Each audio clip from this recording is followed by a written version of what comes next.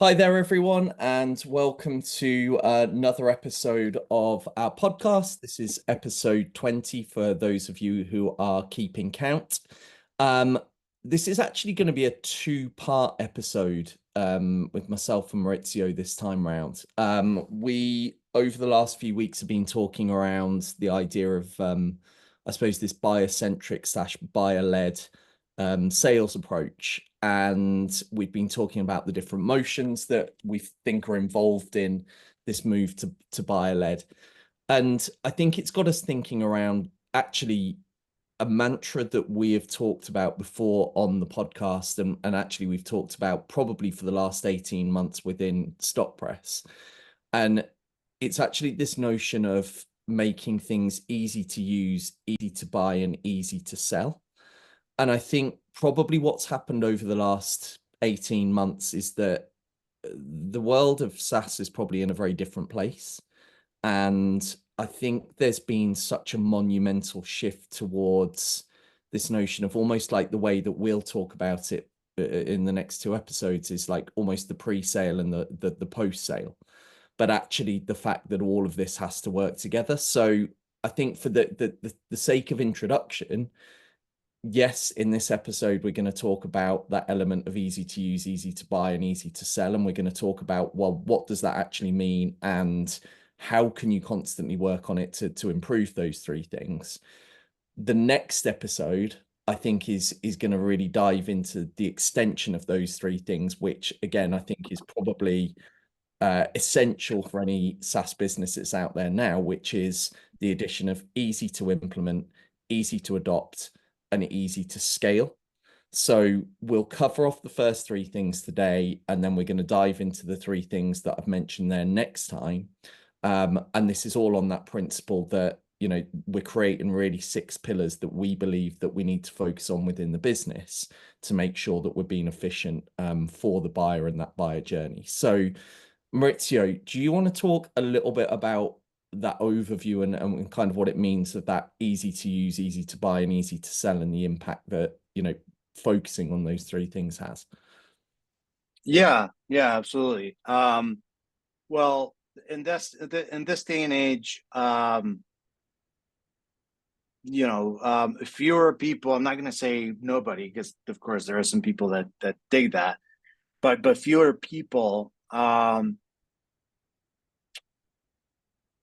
want complex solutions, complex processes, complex implementations, complex products.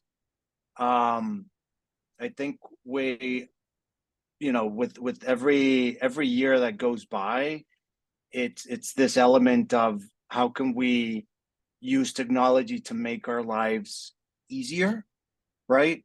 Yep. So the complexity and the difficulty is being like left behind.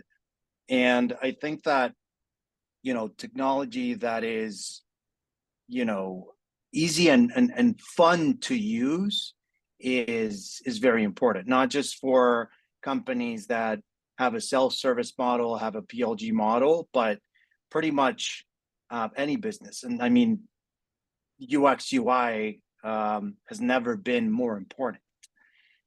So in order, and we've talked about experience for God knows how many episodes. Um, and I think that if you build something that it's easy to use, that is going to positively impact your user experience, and that is going to make it more fun and worthwhile for those folks to use your platform, and eventually they're most likely going to see more value. Um, and with that, um, I also think that it should be easier and easier and easier for these companies and for these people to buy these solutions. 10 years ago, nobody dared to publish their pricing. Yeah. And today, of course, you have some solutions that are highly customizable. So sometimes publishing the pricing isn't that all relevant. Like, you definitely have to have conversations, but we're moving into this world of PLG and of self-serve, or at least of transparency, where even having your price in the website and allowing companies to buy at their own terms Yeah. is becoming a standard. And the other element of easy to sell, I mean, nothing is easy. There's no such thing as easy. Everything is, and more today, and like over the past couple of years, selling in the tech industry has been challenging. But when you marry the sales process to that experience, to you ensure that the buyer has what they need and what they want in the period that they need it, right, and the moment that they need it, for you to get involved as a business when they are ready. Yeah. And if they are ready, and even finding ways to not have a human be involved. So just have a payment link in your website if they want to like easily buy, $50, $10, $50, $100 a month, month-to-month contracts, and then talk to a human, when they're ready. I think it's this element of making technology and the whole acquisition play available to companies in a more streamlined and easier fashion that we had 5 years ago. And it's crazy. Like, if people don't know you, if people don't trust you, they really don't want to talk to you. So it's like, yes, they have questions, but they're a sophisticated buyer, and they want to answer the questions on their own. Yeah. They will reach out to you when they need you, but allowing them to live that experience of usage, of purchasing on their own.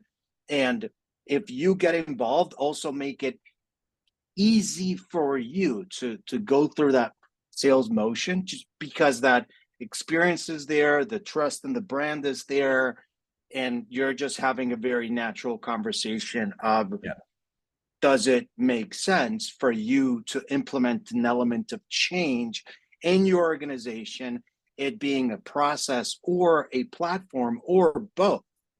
And is the sickness,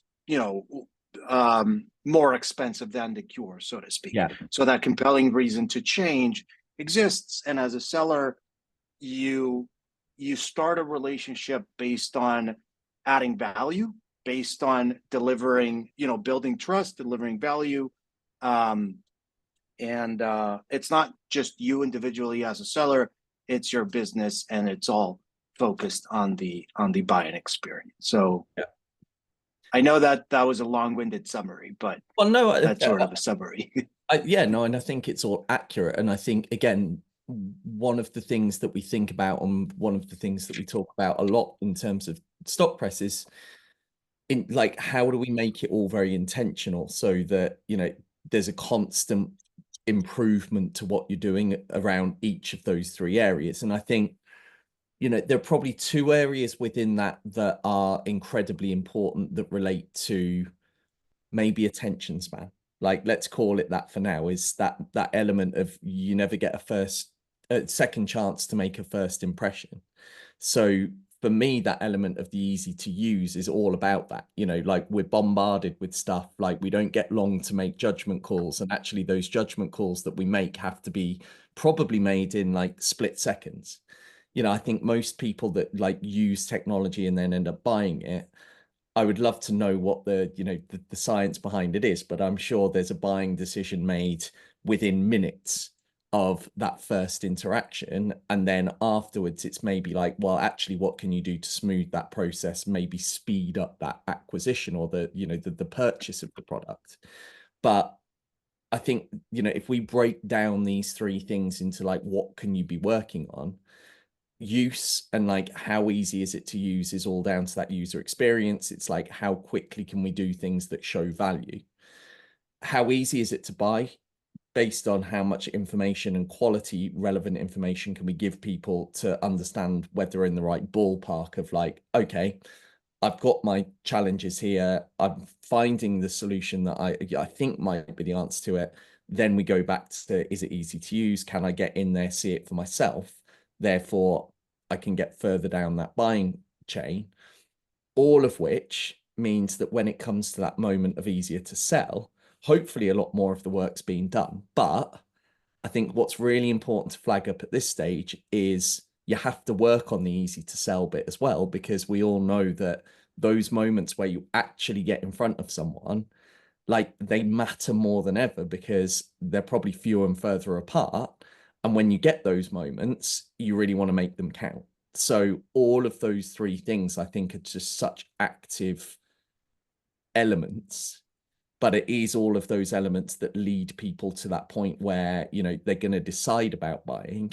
And I think from that perspective, you know, maybe in the past, that's where that conversation in terms of like the sales or go to market mentality ends.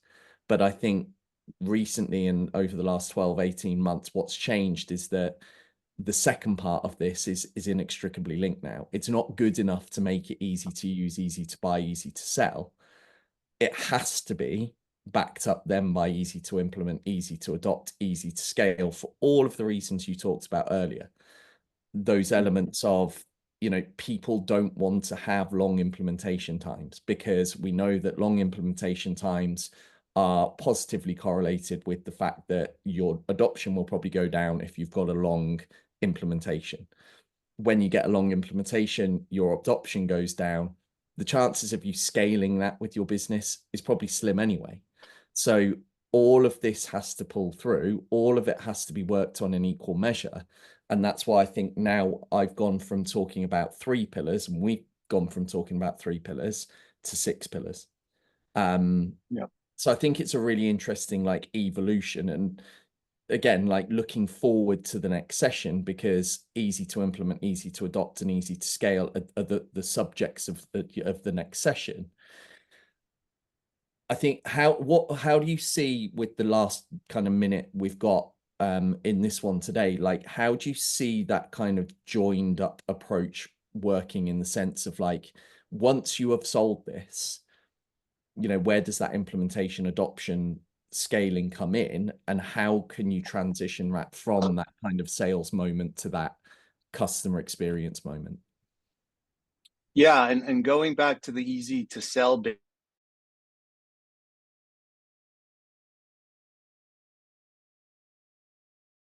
because similar to startups, like startups, when you have an idea, most likely that idea is not going to be the same idea 5 years down the line that is Yeah, going to help you, you know, go to IPO.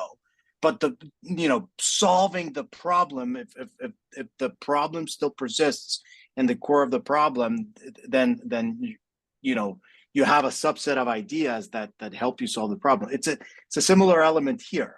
When somebody comes in with an idea of a problem, what I find is, yes, they have like the tip of the iceberg problem, or that they're aware of that problem, but what's beneath, what are the root causes of that problem? So yeah, I think that if you do a good job advising and building that relationship, then that transition to implementation, to adoption, to seeing value, to increased usage and scalability of your product within your client is not going to feel like an uphill battle, because you've already built that relationship and are looking to solve help those clients solve those you know root cause issues. yeah, So yeah. it's definitely linked. Yes, yes, and yes. And on to the next one, because we'll wrap up there. More of that on episode 21.